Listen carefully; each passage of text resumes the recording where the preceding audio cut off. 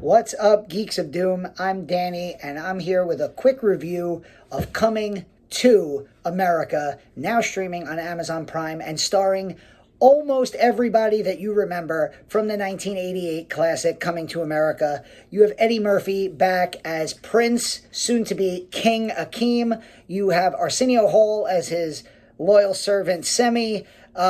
Shari Headley as Lisa, his wife. James Earl Jones is back at the beginning as the elderly king, because of course we always love when James Earl Jones plays somebody's father. And yeah, the way I felt last year when Bill and Ted Face the Music was exactly how I felt watching Coming to America. Was it a perfect movie? No. Did I sit there with a really stupid smile on my face for about 100 straight minutes? Absolutely. This movie, if you're a fan of the first one, you're almost certainly going to be entertained. I've seen some people on social media who have been disappointed. I don't know what you were expecting. It's Coming to America. It's Coming to America Part 2. It's essentially the same plot line. So if you liked the first one, if you grew up with the first one, I can't imagine that you're not going to at least laugh a little bit at this movie, especially because this movie adds some really fun cast members to the cast that you already remember and have nostalgia for. And there are a ton of cameos that just keep you like glaring at every angle of the screen to see who you're going to recognize. So what is the plot of this movie? Well, very early in the movie, and I'm going to give some spoilers, go on Amazon Prime. It is streaming for free, so you can check it out and come back and watch this when you're done.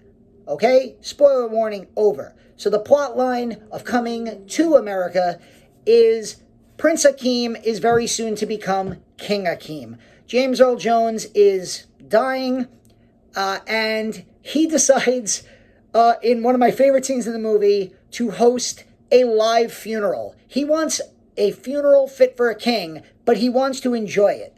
This includes hiring Morgan Freeman to, of course, narrate his funeral. And it's fantastic. It's a really funny scene. And there is a subplot involving Wesley Snipes as a rival General Easy from the next door neighboring country to Zamunda. And he is trying to pawn off his son onto Eddie Murphy and Lisa. They have 3 daughters. But in Zamunda, you have to have a male heir. It turns out that back in 1988, when Arsenio Hall and Eddie Murphy made their way to Queens, what better place for a king than Queens, Semi, Arsenio Hall's character, basically drugged Akeem and brought some women back to the apartment. And in a scene that, there are some rapey vibes to it. But again, this is an Eddie Murphy comedy. You kind of have to put the political correct hat. Just gonna kind of throw it away for Eddie Murphy movies. You got characters in whiteface in this movie. So, political correct hat, fuck it, throw it away.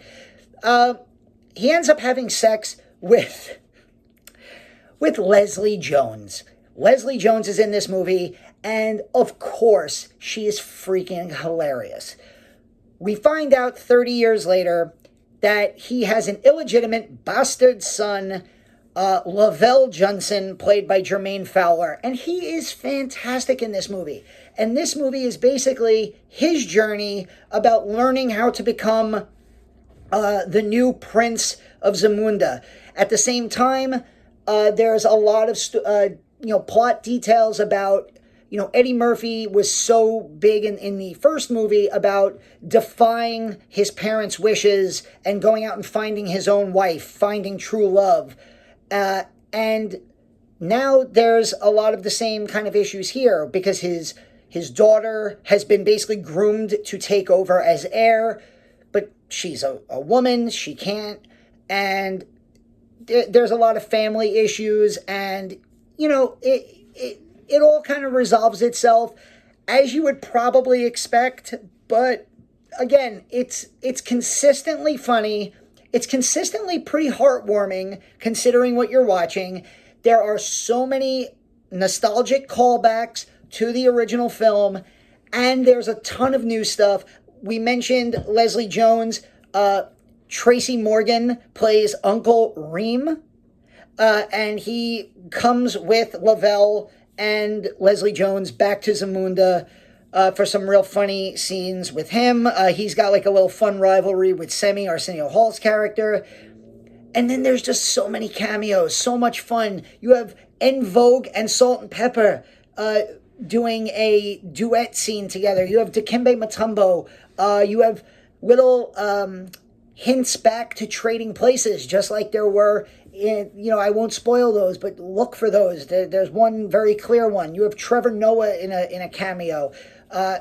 So much fun again. And if you love the first movie, go in just expecting to have a nostalgic good time, and I don't think you'll be very disappointed. Again, I think this is incredibly comparable to Bill and Ted Face the Music.